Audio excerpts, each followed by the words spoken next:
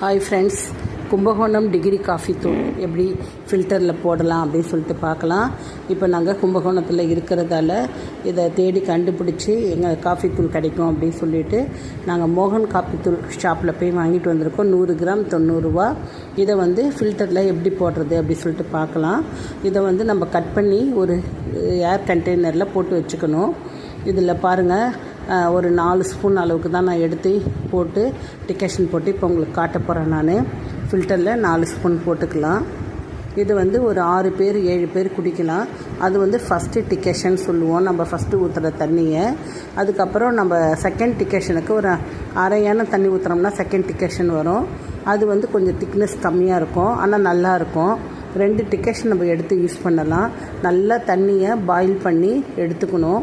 இது 2 தடவை வீடியோ வந்துருச்சு ஃப்ரெண்ட்ஸ், ஒன்றும் நினச்சிக்காதீங்க. அந்த ஸ்பூனில் 4 ஸ்பூன் போட்டேன்.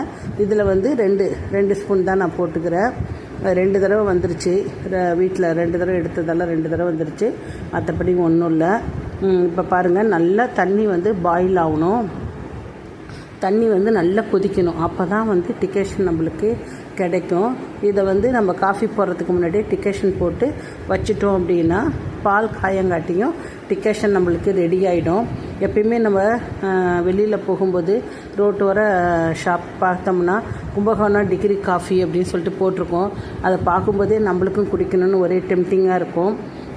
நம்ம இப்போ வீட்டிலே குடித்து பார்ப்போம், செஞ்சு பார்ப்போம் அப்படின்னு சொல்லிட்டு நாங்கள் அதை ட்ரை பண்ணியிருக்கோம். ரொம்ப டேஸ்ட்டாக இருந்தது காஃபி.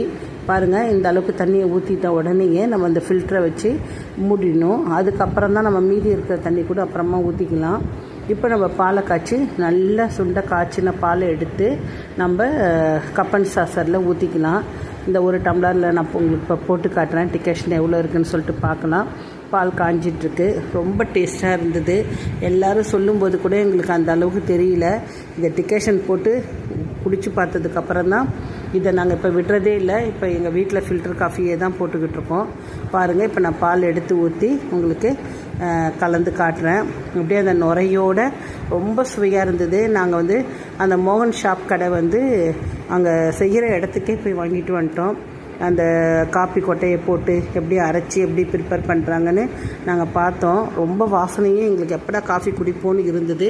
பாருங்கள், ஃபில்டர் காஃபி ரெடி ஆகிடுச்சு. வாங்க ஃப்ரெண்ட்ஸ், எல்லாருமே குடிக்கலாம். Thank you friends.